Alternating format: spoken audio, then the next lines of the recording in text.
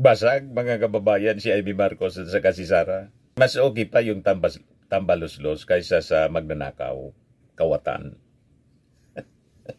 Sabi niya to ni Princess Abante, tama. Ang tambaluslos po, ang tawag dito sa amin ng pag tinawag ang tambaluslos, yung may malaking ari. Isang creature, mythical creature po, mga kababayan. Sa Ibalong Festival, may karakter po dito sa amin na tambaluslos. Pinaparada po yung image ni tambaluslos na may napakalaking ari. Pag dumaan na po si tambaluslos, hiyawan po yung mga tao. Kasi nakadisplay yung parang poste ng Meralco na ari ni tambaluslos.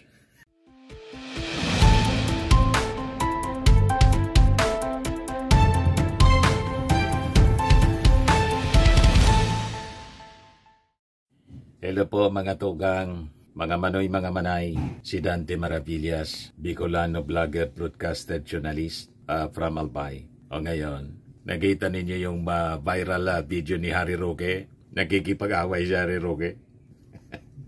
Inaaway yung kapwa niya, DDS, nag-away-away na po sila. Palibasa po mga palaaway. Saan pa matingala yung ugaling palaaway? Si Harry Roque po, patapo na. Ang latest na balita kay Harry Roque, pero nagdi-deny siya.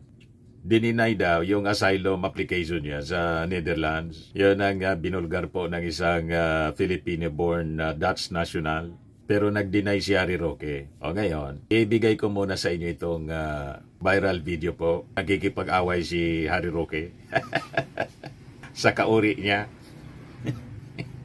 Ayan mga kababayan, Ulitin mo ang hamon mo. Na ano?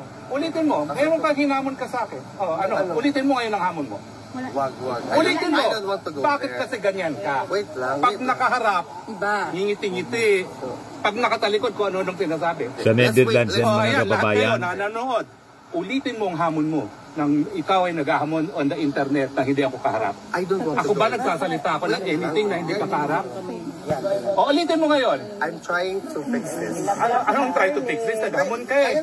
Di ba nga mag-fix na nga? Kasi nakaharap kasi, iba ka. We need to Oh, separate. ulitin mo ang hamon mo. I don't want to go there. Tama na Ano ba yung hamon mo? Wala na. I don't want to Bakit say yun yung that. sinasabi? Okay, sige. Kaya nga, we wanted to Kaya fix nga, this. okay. Ito po ang problema ha. Ito ang problema Napanood talaga. niyo yan. Kaya nga, wait lang. Naghakapan na kami. Yeah. The following day, Nang hamon ng away. dakdak na naman. Wait. Ako na, okay na Walang ba? tapat. Pwede na, ako naman. Ako ba? Nag-away-away yung mga supporters ni Digong doon sa Dahig. Kasamaan versus kadiliman. Ano niya, Mr. Maravillas, ang pinag-awayan noon? Nagpapasikatan kasi. Nagpapatauban yung dalawang... Alam niyo na, ayun, tinalakan ni Harry Roque yung kapwa niya DDS. Ganon sila mga kababayan. Busy sila sa walang kakwinta-kwintang bagay. Diba? O ngayon, dito tayo sa balita mga kababayan. Yung spokes ng Congress, si Attorney Princess Abante po, nagsalita na po sa paulit-ulit na pagbabansag kay Speaker Martin Romualdez na tambaluslos. Sabi ni Attorney Princess Abante, mas okay naman niya yung tambaluslos kaysa sa kawatan. Magnanakaw. Kawatan is magnanakaw mga kababayan. Bisaya kawatan. Mas mabuti naman niya yung tambaluslos.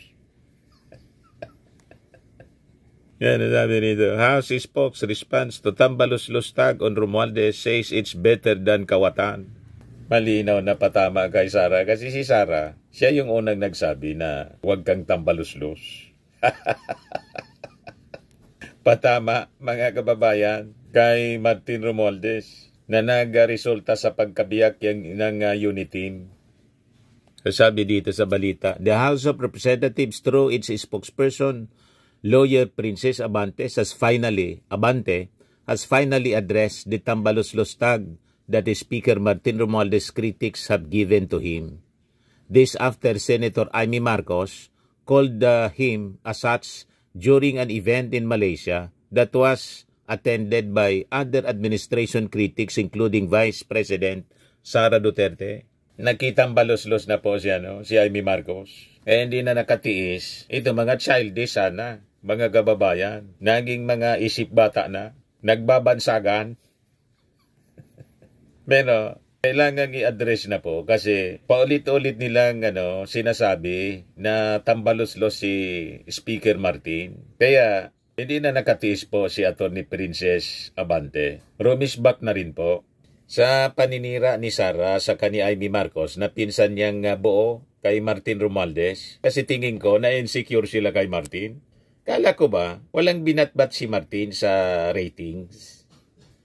Bakit tinatarget ninyo si Martin Romualdez? Unang-una, si Martin po, hindi man nag-a-announce. Walang plano si Martin Romualdez sa 2028 na sinasabi. Kayo man lang yung nag-iisip na itong impeachment case laban kay Sara Duterte ay para mawala si Sara, hindi na makalaban sa 2028 presidential election. Yun ang akusasyon nila. So kayo ang nag-iisip ng ganon. Si Martin po, wala mang iniisip sa 2028 kasi matagal pa yan. Yan ang pinapakalat mga kababayan ni Sara, BP Sara. We are an enemy. They must eliminate to clear the way for them.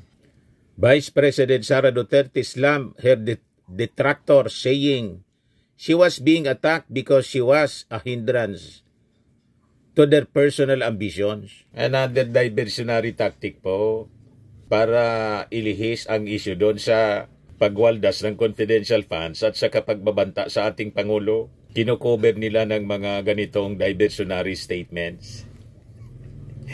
Huwag kami sagutin mo, Sara, ang mga akusasyon sa iyo nakapalaman sa articles of impeachment. Hindi kung ano-anong yung pinagkikwento mo, politika. Kayo yung walang tigil sa pag-ambisyon sa politika. Hindi nga makapaghintay ng 2028. Ngayon na, gusto ninyong pumalit bilang presidente. Di ba?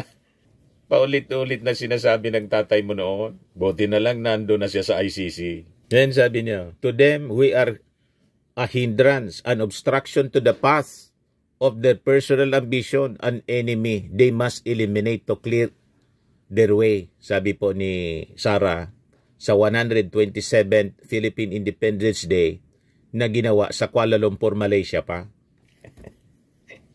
Nag-celebrate po ng Independence Day, hindi man sa Pilipinas, kundi sa Kuala Lumpur. Anong klase?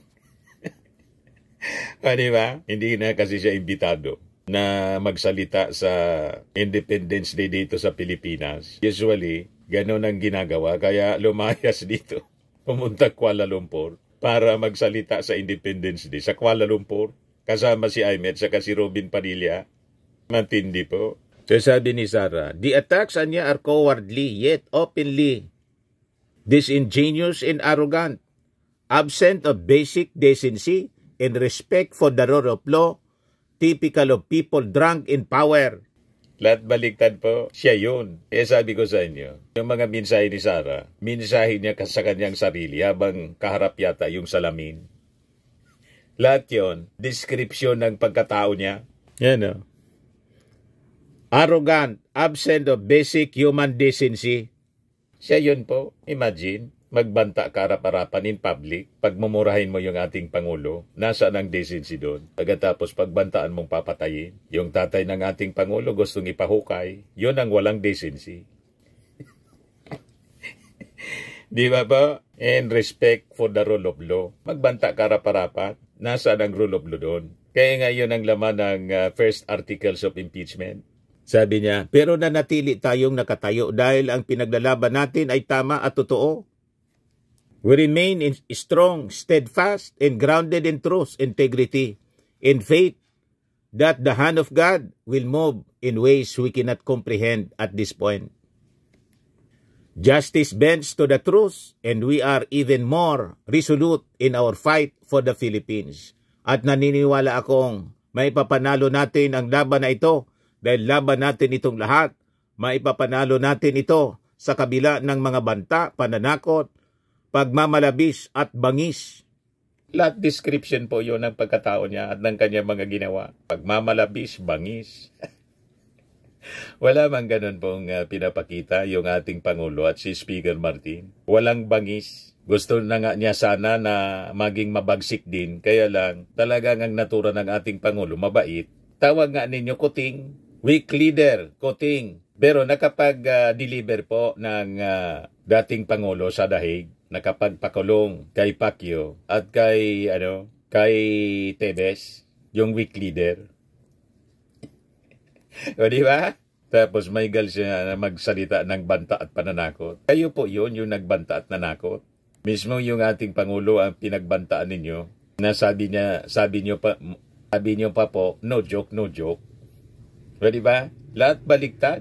Kaya sabi ni Attorney Princess Abante, si Speaker Martin Anya not eyeing 2028 polls. Malinaw po, wala sa kilos, pananalita o gawain ni Speaker Martin ang pagtakbo sa 2028. Hindi niya siya nagpapakita sa media para magpasikat. Wala siyang preskon para magpabango.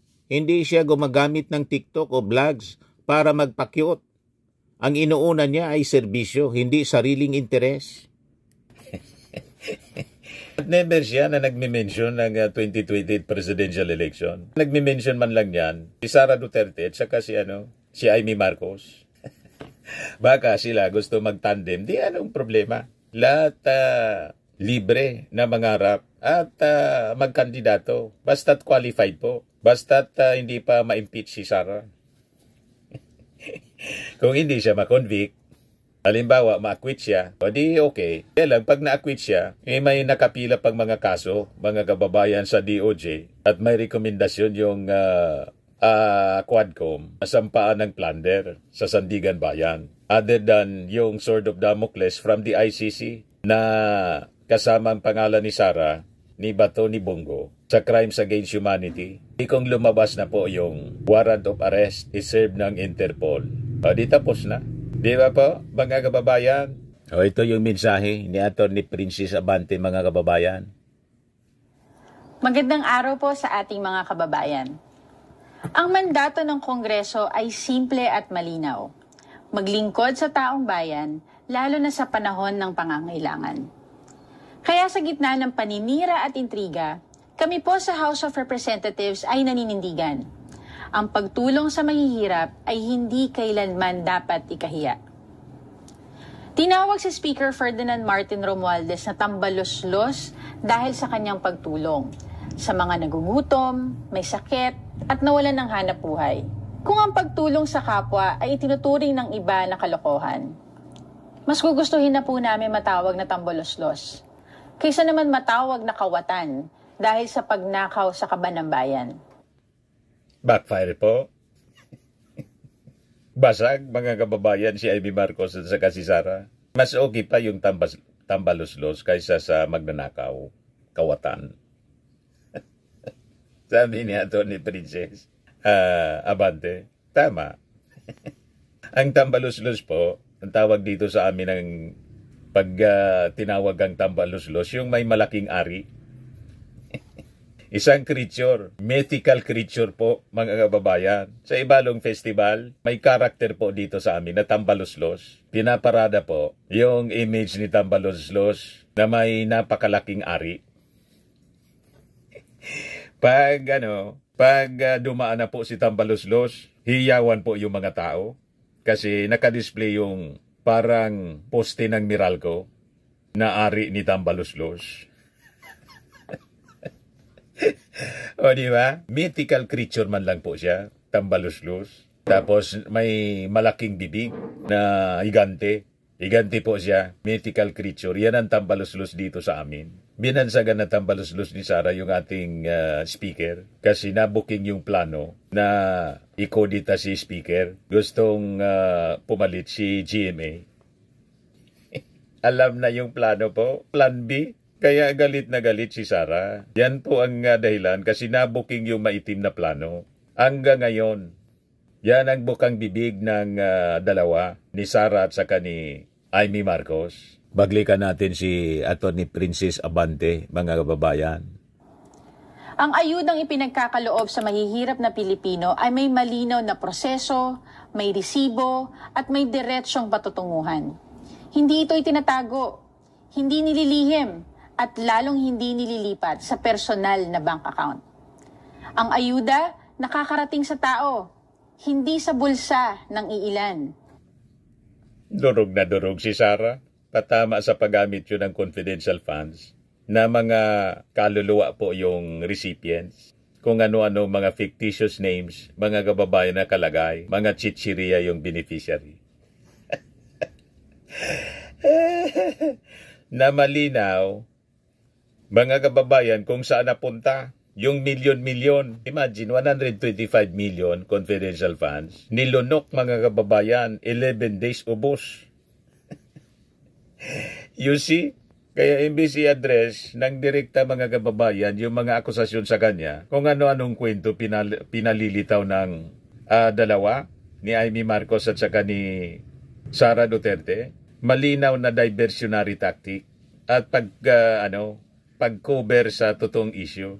Huwag tayong pauuto sa kanila po, mga kababayan. Lalo tang mga kasabwat nilang mga hudas, balasubas na 18 senador, trinay nila na patayin, i-dismiss yung impeachment case. Kaya lang hindi sila nagtagumpay.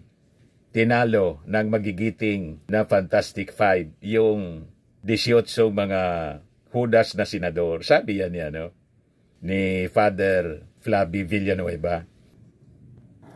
Ang tanong na marami, bakit nagagawa ito ngayon pero hindi nagawa noon? Dahil may leader tayong inuuna ang kapakanan ng mahihirap kaysa sa kapritsyo ng politiko. Dahil may speaker tayong tapat, maingat sa pondo at malinaw ang direksyon.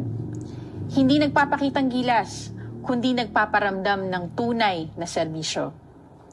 Hindi ito tulad ng confidential at intelligence funds na ginastos sa loob lamang ng iilang araw. Walang paliwanag, walang breakdown. At hindi rin ito tulad ng mga hindi idineklarang bank accounts na may milyong pisong laman. Pera ng bayan pero walang maipakitang pinanggalingan o patutunguhan. Yan ang rason mga kababayan kung bakit nagsasabuatan sila. Itong mga senador kahit unconstitutional, yung mga ginagawa, yung motion to dismiss is unconstitutional. Pero ginawa pa rin nila kasi ayaw nilang matuloy yung impeachment trial. Kasi doon pabubuksan mga kababayan yung mga bank accounts ni Sara. Bubulwak doon ang milyon-milyon na kababalaghan. Di ba pa? Alam na kung bakit pati yung Senado sinalaula ng kanyang mga kakampi. Nakakasuka mga kababayan yung kanilang ginawa sa Senado. Binaboy nila yung Senado mismo. Kaya sabi ni Tito Sen, maya naman niya kayo. Ganon. Yung mga senador, nag-convene as senator judges, yun pala mga kababayan, tatayong abogado ni Sara. Saan nga nakakita mga kababayan na senator judge ka, ikaw na yung tumayo na defense lawyer. Yun ang ginawa ni Bato ni Bongo, ni Alan Peter Cayetano, na pinabayaan lang mga kababayan ni Chis Escudero. Kaya yung ginawa mga kababayan ng ating mga senador. Habang ang iba ay abala sa pag-iikot sa abroad, sa media appearances, at tilang maagang kampanya, si Speaker Romualdez at ang Kamara ay patuloy na nagtatrabaho, naghahain ng batas, nagbabantay ng pondo, at nagdadala ng serbisyo sa mga nangangailangan. Malinaw po, wala sa kilos, pananalita, o gawain ni Speaker Romualdez ang pagtakbo sa 2028. Hindi siya nagpapakita sa media para magpasikat. Wala siyang press con para magpabango. Hindi rin siya gumagamit ng TikTok or vlogs para magpa-cute. Ang inuuna niya, serbisyo, hindi sariling interes. At higit sa lahat, si Speaker ay kilala sa paggawa ng mga desisyong mahirap at hindi palaging popular. Ganyan ba ang may plano sa 2028? Dahil kung ang iniisip mo ay eleksyon, hindi mo gugustuhin masaktan ng iba para lang magpatupad ng tama. At ito po ang tanong. Di ba kayo nagtataka kung bakit pilit nilang pinupunterya ang isang taong sinasabi nila hindi naman lumalabas sa survey bilang kandidato sa 2028? Baka naman ginagamit lang nila si Speaker Para mambastos, para magpatawa, o para magpakitang tao sa publiko? Correct. Ginagawang punching bag, mga kababayan. Nitong si Amy Marcos sa si Sara Duterte, si Speaker Martin, hindi man pumapatol sa kanila, sa kanilang pambabastos. Ulit-ulit na inaakusa nila, si Martin Romualdez natatakbo. Anong pakinya? Halimbawa pa. Pero sabi nga po ni Attorney Princess Abante, wala mang planong ganon. Narinig ninyo na nagsalita ng ganon si Speaker Martin? Tutok na tutok sa trabaho tulad ng ating Pangulong Bongbong Marcos. Pero sila, akusa ng akusa, natatakbo. Ano naman ngayon kung tumakbo, halimbawa, pagdating ng 2028, kayo lang ba ang may karapatan na tumakbo? Yan ang tanong natin dito kay Sara at saka kay Amy Marcos. Di tumakbo din kayo. Sabi ninyo walang binatbat itong si Martin. Wala sa numero, wala sa ratings. Natatakiditon kamo. Sabi sa Bicol. Bakit kayo masyadong kidit? Kung walang binatbat si Martin Romualdez, bakit bukang bibig ninyo at wala kayong tigil sa paninira kay Martin Romualdez na hindi nga nagsasalita? You see? Hindi nga nagsasalita si Martin Romualdez. Walang rason na ma-insecure kayo kay Martin Romualdez kasi nga po wala sa ratings. Ang top lagi po si Sara Duterte. Hindi pa kayo nakontento na laging top si Sara? Kaya lang sa Bible po, ang sabi po, the first will be the last. In the last shall be the first. And sa actual po na pangyayari, yung mga laging nagtatap sa mga surveys, pag malayo pa po ang eleksyon, hindi na nanalo. Malayo pa kasi yung eleksyon. Tulad ni Binay noon, laging nagtatap, si Grace po, talo. Di ba? Kaya kabahan kayo, pag malayo pang eleksyon, presidential election, laging nagtatap, malamang talo. Kasi nga po, the first will be the last, sabi sa Bible, and the last will be the first. Ang last po, si Martin, laging nasa huli. Malayo ang ratings po. Kasi naman, di pa man nagdi-declare po. Walang plano. Matagal pa. Bakit pag-usapan yung politika sa 2028? Pero sila bukang bibig na po. Grabe ang pagka-atat. Atat na umupo. Hindi na makapaghintay po. Kaka-eleksyon pa lang. Eleksyon na naman yung topic. Yan ang mga DDS, ganun. Ang kanilang grabing paglalaway na makabalik sa posisyon. Malamang hindi na mangyari. Di ba po, mga kababayan? Kung may checklist ng pagiging presidentiable, mukhang may ilan pong gustong makaperpekto. Pero si Speaker, wala sa checklist. Nasa trabaho. Mahalaga ang respeto sa kapwa lingkod bayan. Pero mas mahalaga ang pagrespeto sa katotohanan at sa pera ng taong bayan. Mabigat po ang mga personal na banat. Pero mas mabigat ang mga isyong kinakaharap natin ngayon. Katiwalian, kapabayaan, at maling paggamit ng pondo. Kaya sa mga patuloy na naninira, habang abala kayo sa pagpapatawa at pagpapalusot, kami po ay abala sa trabaho. Tahimik man kami, hindi kami bulag. At hindi kami pipikit sa harap ng katiwalian. Ang sagot po namin, trabaho, hindi drama. Maraming salamat po.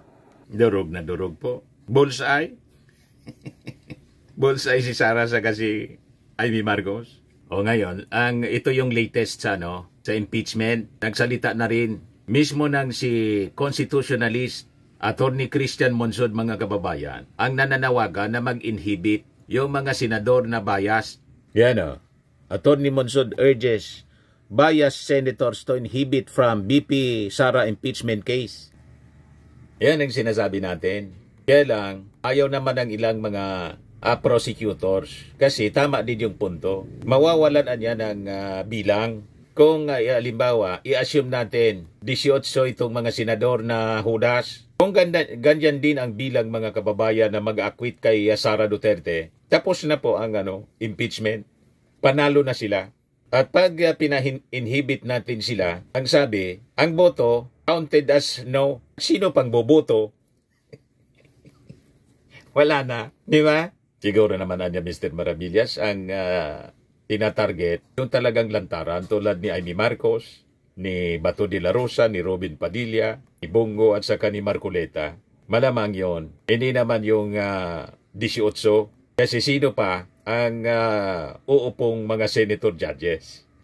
Di ba po? But anyway, sabi ko nga po, i-acquit pa nila si Sara, may nakapila pa pong mga kaso at kasama dyan yung inciting to sedition, grave threats, rebellion. Saka yung recommendation ng Quadcom po, plunder. Nakapila pa po yung warrant of arrest galing sa ICC. So walang takas po. Checkmate, mga kababayan. Ang lahat ng ito, hindi dahil gusto siyang pigilin na tumakbo sa 2020, kundi dahil sa kanyang mga ginawang mali. Yan ang malinaw dyan, mga kababayan. Kaya sabi dito sa balita, Constitutionalist Christian Monsod has called on Senator judges exhibiting bias in favor of Vice President Sara Duterte to voluntarily inhibit themselves from any impeachment proceedings by drawing a parallel to the practice of Supreme Court justices. Sa interview ng Billionaire News Channel, Monsod criticized the Senate's decision to remand the articles of impeachment against Duterte to the House of Representatives as he dismissed it as just another delaying tactic, anya. The Senate, anya, changed their game plan. Alam anya nila that they cannot dismiss the complaint, so they just pass it on to the 20th Congress, sabi po ni Monsod. Referring to Senator Bato de la Rosa motion for the dismissal of the impeachment complaints that seemingly prompted the Senate's shift in its strategy. Paliwanag ni Monsod that only the Supreme Court can definitely address the constitutional issues surrounding the impeachment complaints, including questions such as one-year ban or filing impeachment cases. Whether there was a violation in the charges like the one-year ban, that's a constitutional issue that only the Supreme Court can answer, sabi niya. Yun din ang paniwala natin, delaying tactics po. Ibali na, kahiya-iya yung ginawa nila. Ako naniniwalang alam, kahit ni Bato, na hindi siya pwedeng mag-motion to dismiss. Dahil lang yung intention po, ibali na niya, hindi man ako abogado. Kung mali ako, ang importante, ma-achieve natin yung ating objective na ma-delay ito habang nag-iisip pa sila kung paano totally patayin yung kaso, yung impeachment case laban kay Sara Duterte. For the meantime, anya, ang importante, ma-delay natin habang nag-iisip pa tayo. Ganon, mga kababayan. Kahit nagmukha siya ingot, kahiya-iya, ignorante, madaling sabi po, ano man niya, di man ako abogado. Ganon. Ang kaya doon, si Chis Escudero, kasi inayaan niya ang isang motion na dapat sana dineclare niya for somebody, siguro hindi na dinaisip ni Risa Ontiveros sa ni Coco Pimentel na i-declare na out of order yung motion ni Bato de la Rosa. But anyway, nagtagumpay pa rin mga kababayan yung Fantastic Five kasi hindi man na-dismiss. Tuloy, buhay na buhay ang kaso at tuloy ang impeachment trial. Yon ang importante doon mga kababayan. O ngayon, yung mga law professors din po ng Far Eastern University nagsalita na rin po.